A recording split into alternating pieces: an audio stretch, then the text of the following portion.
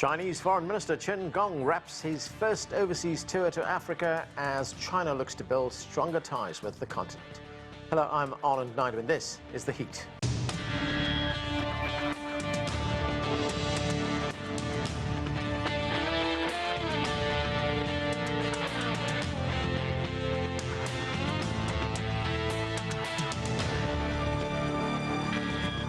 The new Chinese foreign minister visited 5 African countries: Ethiopia, Gabon, Angola, Benin and Egypt. On his 8-day trip, Qin Gang met with several presidents and top officials to discuss diplomatic relations, multilateral cooperation and national development. CGTN's Robert Nagila has this report from Cairo. The Africa Tour, a 3-decade-old tradition that sees Chinese foreign ministers visit Africa on their first overseas trip of the year, began with a visit to Ethiopia on January 9th. There, Foreign Minister Qin Gang met with Ethiopia's Prime Minister Abiy Ahmed. Later, Qin held talks with Ethiopia's Deputy Prime Minister and Foreign Minister Demeke Mekonnen and signed various cooperation agreements, including an MOU on political consultations between the foreign ministries of the two countries. It is to be noted that the two countries have signed a comprehensive strategic cooperative partnership agreement and have been working towards its materialization. The visit of the foreign minister has given us a great opportunity to express our gratitude to China for its principled stance in supporting Ethiopia's sovereignty and territorial integrity. For me, this visit is a special visit. This is my first overseas visit as Foreign Minister of China. I have come to Africa and Ethiopia to demonstrate the close friendship between China and Ethiopia and the important position of China-Africa relations in China's overall diplomatic agenda. On the second day of his visit, Qin Gang held talks with the chairperson of the African Union Commission, Moussa Faki Mahamat. While rejecting accusations that Chinese loans to African nations are creating debt traps, the Chinese foreign minister pledged China's support to help speed up the implementation of the outcomes of the 8th Ministerial Conference of the Forum on China-Africa Cooperation and promote deepening development of cooperation in the Belt and Road Initiative. Qin Gang said China will continue to play a constructive role in maintaining peace and security. The two sides signed cooperation agreements, including economic and technical agreements on the Africa Centers for Disease Control. Later, Qin Gang attended a ceremony marking the completion of the construction of the African Centers for Disease Control and Prevention Headquarters, a flagship project of cooperation with Africa announced by Chinese President Xi Jinping at the 2018 Forum on China-Africa Cooperation in Beijing. On day 3 of his Africa tour, the foreign minister met with President Ali Bongo of Gabon, where the two sides agreed to consolidate mutual trust and expand cooperation and strengthen ties.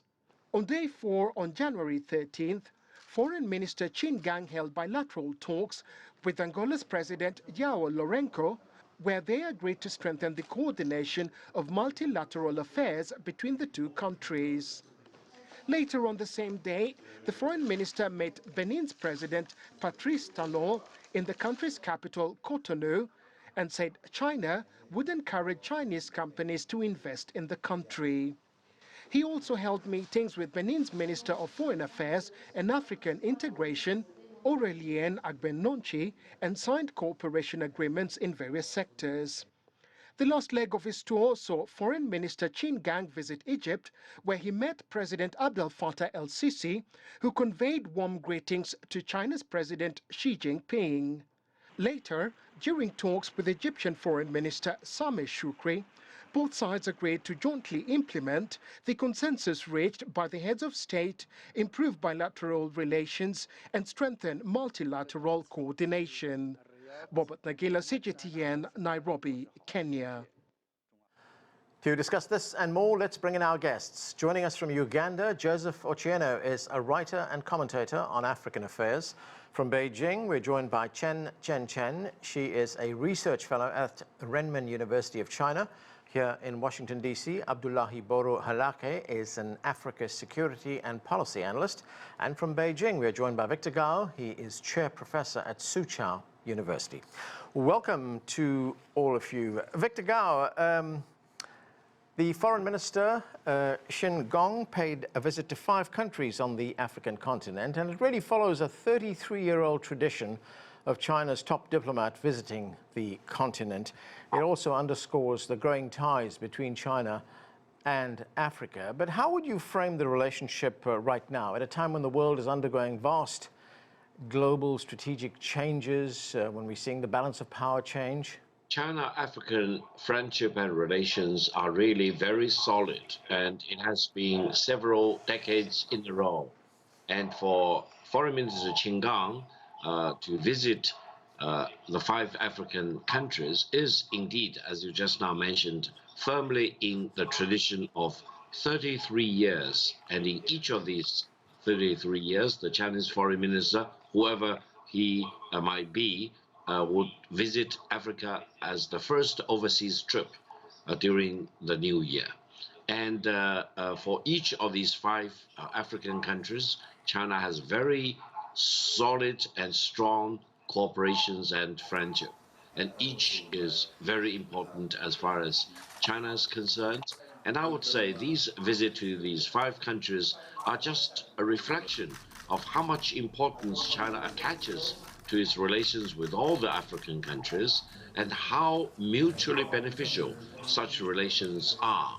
And I would say in the world of crisis upon crisis, in the world of geopolitical rivalry, for example, imposed by some other big countries, China-African friendship would need to stand up against the test of the time and will need to be sustainable and surviving all these crises. And I'm pretty sure China-African friendship will continue to move forward with huge success and benefits for both the Chinese people and the African people. Joseph Ochieno, let's look at the trade and economic relationship between China and the African continent. If we look at some figures here, in 2021, trade between China and African countries reached $254 billion. Now, as we look at China opening up after the pandemic, how do you see the relationship evolve? I think, as has been suggested, this is extraordinary. If you're looking at some of the discussions that were taking place on the continent and globally in the last 10 or so years, perhaps 10 years ago, you'd be wondering that perhaps the relationship might change because of pressure from elsewhere. The relationship between China and Africa has been massively historical. Beyond the figures, which is about 250 billion, as you rightly suggest, I would not be surprised if this expands and increases, particularly following the recent visit. But it actually tells you the context of how much China has decided to put its mouth where exactly its fingers are. I want to say at the beginning that, of course, China is contested by the West, who generally have had interest. And I'm not quite sure whether they knew China would come post the Cold War, major Cold War conflicts in the last 20 or so years, the manner in which it has come. China has got a huge advantage. If you look at Ethiopia, ideological links, but particularly in Angola, which is massively impressive. You know, if you see the listings of how President Lourenco received the foreign minister and some of the issues being raised, and look at the infrastructure development of the continent, it's a huge opportunity for Africa. And if I may say so, just very quickly, as I was talking about 10 or so years ago, some of the concerns were very much about whether or not the economic diplomats on the continent genuinely understood the, if you like, the body politic of the, if you like, political diplomacy that China had 50, 40 years ago at the peak of the Cold War, because China and Russia were generally the traditional friends, particularly at the time of the liberation struggles in particularly Southern Africa and across Africa. And it's absolutely right that where we are today, as the Cold War settles, although there is new emergence of geopolitics, that China plays its mainstream major role, but in a constructive way with the continent. I look with massive interest how the West in this case is going to respond. But very quickly again, considering the nature of the background of the foreign minister and the manner in which he actually carries himself for China, I think I'm much more excited about him than I have been in recent times. Chenchen, Foreign Minister Qin Gang announced a 4-point proposal on China-Africa relations during this visit. And I'll just go very briefly over those 4 points. Speed up physical exchanges and sharing of visions, deepen friendly relations between China and the African Union, upgrade bilateral cooperation, and safeguard solidarity and cooperation among developing countries. Can you tell us about China's long-term goals that are associated with these proposals? Yes, I would love to. I think there are some quite new points in this 4-point proposals, because it embodies the implementation of CSP, the comprehensive strategic partnership between China and Africa. Because for a long time, actually, the bilateral relationship between China and African countries are not so balanced. I mean, the economic ties between China and African countries, if you look at history, that's quite young. It only developed, especially the investment ties developed very recently, since 1990s, but the political ties have been consolidated since 1950s, right? So the Chinese authorities actually are fully aware of that, and the latest 4-point proposal are actually aimed to improve such imbalanced relationship. So that's why Foreign Minister Qin Gang talks about economically we should improve the quality via trade and investment, especially to build the digital health and the Green Silk Road, and his latest trips to Ethiopia, like the CDC headquarters, and also the latest signing of the agreement of preferential loans in Angola to improve the national wideband project in Angola are both very good examples. And also culturally, this is the very first time that the Chinese government mentions the communications of governance experience between the two sides, which means, for example, the efficiency of administrative agencies. They also play a very important role in successful governance, right? So I think these 4 points really aim to consolidate the comprehensive strategic partnership between the two sides. Abdullahi, if we look at Africa's relationship with the rest of the world, especially after World War II, if you look at the 50s, 60s, 70s, even the 80s, it was determined to a large extent by former colonial ties. It was overshadowed as well, as Joseph pointed out, by the Cold War. But now with the emergence of China as a major economic and trade partner, how has that changed? Yeah, before I get into your point, Adnan, I think there's one fundamental point about the 4 points that I really would want to lean on, and that is the question of the centrality of the 4 point, the centrality of the African Union in China-Africa engagement. You know, if you remember, it's yes, the substantive points are very important, but also the symbolism of the visit. You know, African Union headquarters was built by China. Now Africa CDC, at the time when we are still wrangling with COVID, that is critical. So I wanted to make that very clear, and it's also part of the 4 points agenda that the foreign minister has outlined. It's critical that you mention that Africa's relationship, particularly in the world, is determined by, for quite some time, by its former, colonial relationship. Francophone African countries via French, Commonwealth African countries via the British, and then its attendant, whatever. I think that is why, for many Western commentators, the fact that African countries and Chinese, cooperation doesn't comport to that, it becomes incredibly difficult for them to work out. But I think the most important thing is this trip is coming on the back of the African US-Africa Summit, and it is on its 33rd year. So I think there is a tremendous amount of lesson for other actors who would want to come into this space to learn from putting in the time, learn from saying we would do X, Y, Z and follow through, including the Africa Center for Disease Control.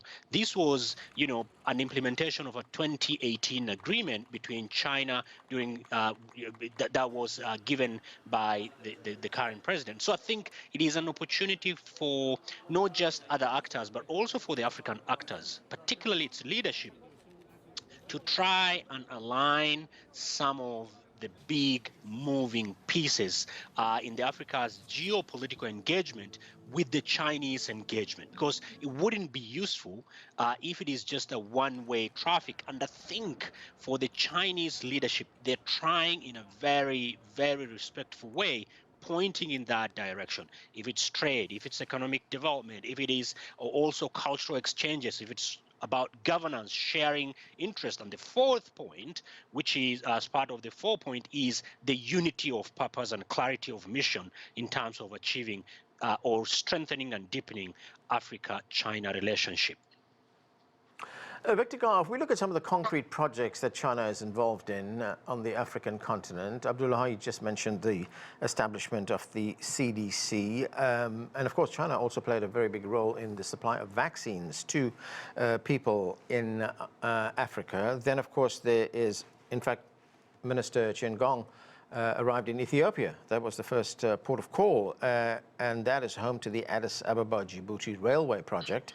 It's part of China's Belt and Road Initiative, and that brings in millions of dollars in revenue. If we look at the broader finger, I mean, China is Africa's biggest foreign infrastructure investor, worth $23 billion. I mean, how important are all these projects, not just for Ethiopia, but across the continent?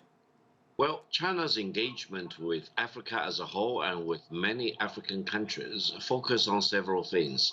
One is connectivity, infrastructure projects of all kinds. You mentioned the railways, highways, airports, seaports, and major investments in commodity companies, oil and gas companies, you name it. So this focus on connectivity, infrastructure investments is a major focus, because this will really help African countries to emancipate power, increase their productivity and efficiency.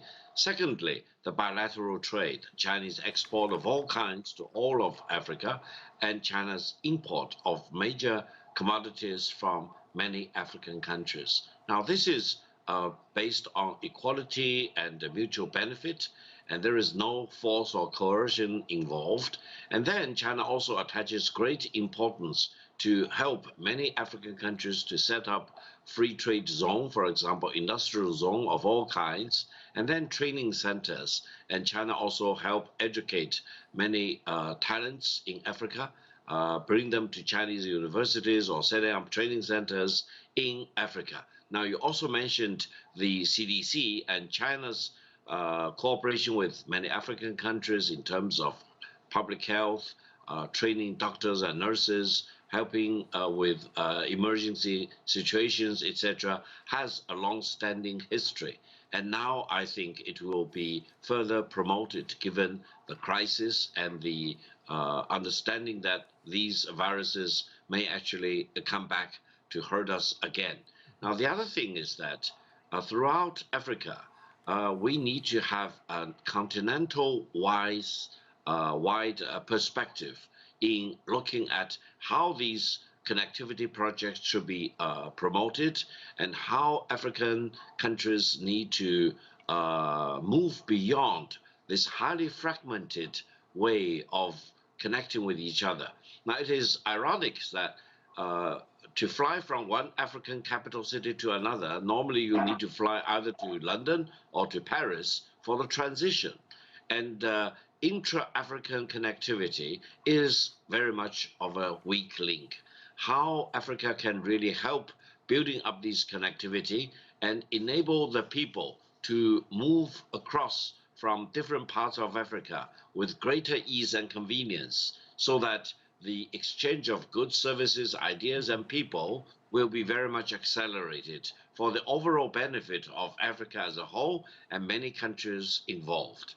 I think China can really engage in this mutually beneficial way of cooperating with African countries and China has the political commitment, financial wherewithals, as well as the expertise and the track record of really making these things happen.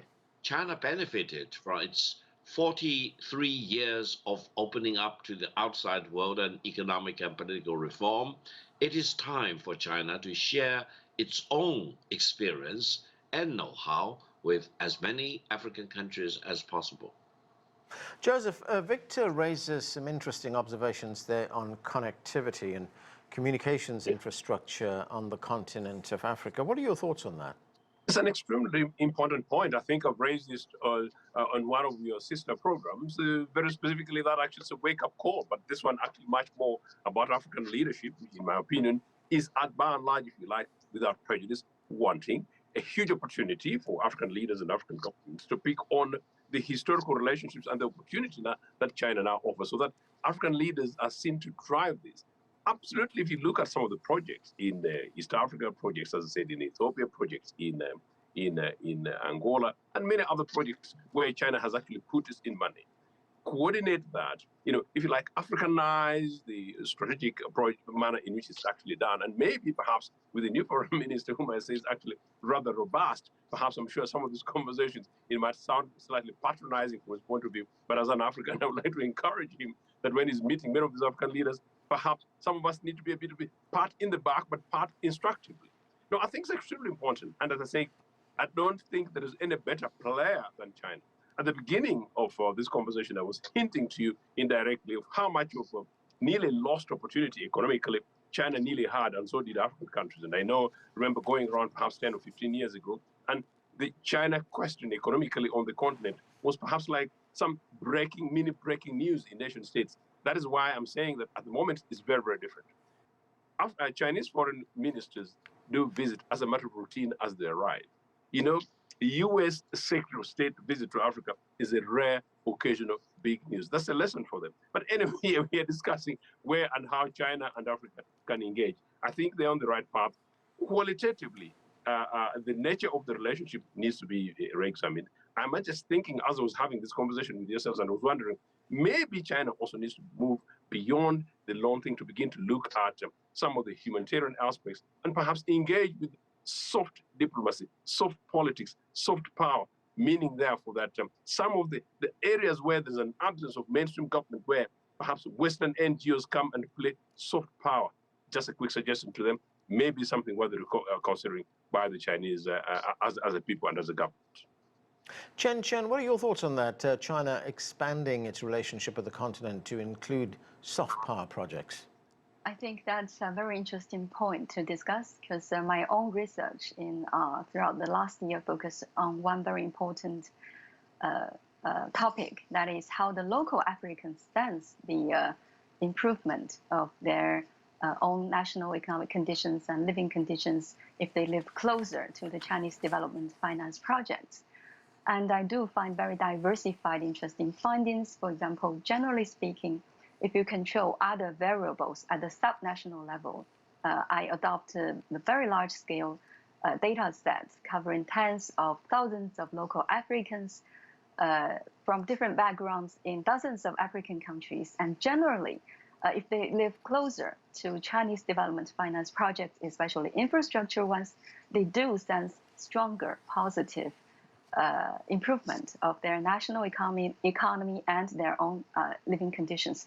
But the findings are a little bit different among different subgroups. For example, compared with their counterparts, female Africans and the rural Africans, they do not feel so strong.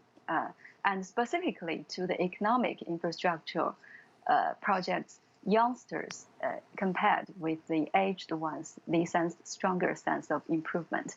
So I think in the future, the Chinese developers, Chinese investors, they do need to fit into more grassroots texture, consider the diversified local texture when they approach the local markets.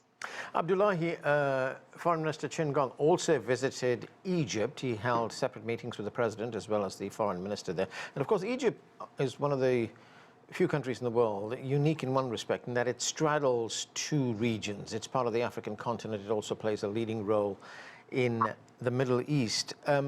Where do you see the potential for China to expand its influence, its trade links, its economic links with Egypt?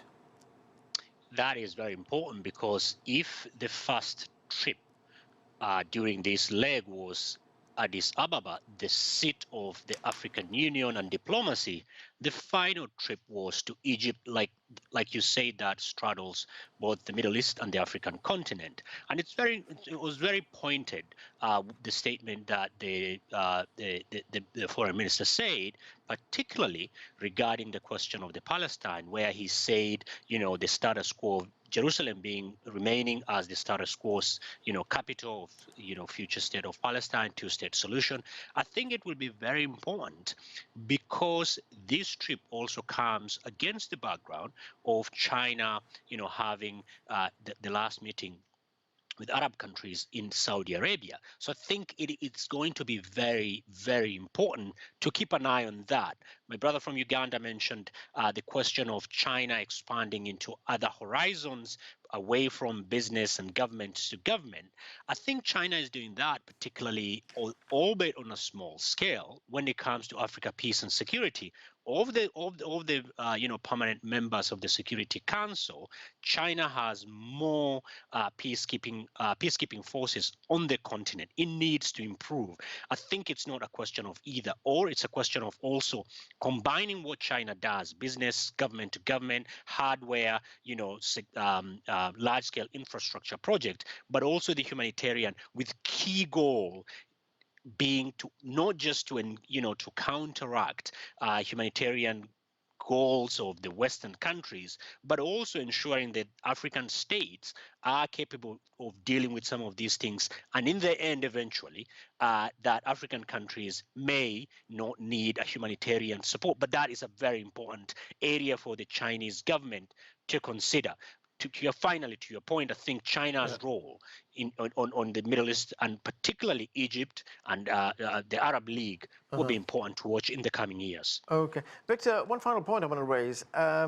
China is a big investor through the China-Africa Development Fund. In fact, the Xinhua news agency reports that China has invested more than $6.6 billion in projects in 39 countries. And that in turn has driven investment to the value of about $31 billion from Chinese companies. But instead of looking at this as a positive development, the United States and its allies call this debt trap diplomacy. What is your response to that? First of all, I believe the so-called debt trap allegation is in itself a trap to force many developing countries, especially those countries on the African continent, to be deprived of funding. Now, do you know which country borrows the most amount of money from China?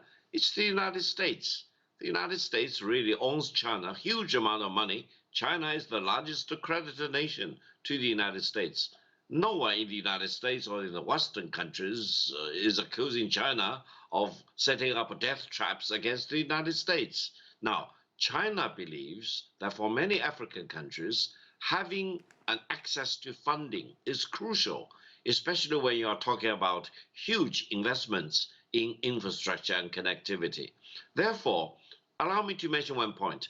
Anyone who accuses China of playing with death trap diplomacy, come up with your own money. Lend your own money to the African countries. The more, the better. Thank you to all of you for being with us. And we need to leave it there. I'm Anand Naidu in Washington, D.C. Thanks for watching.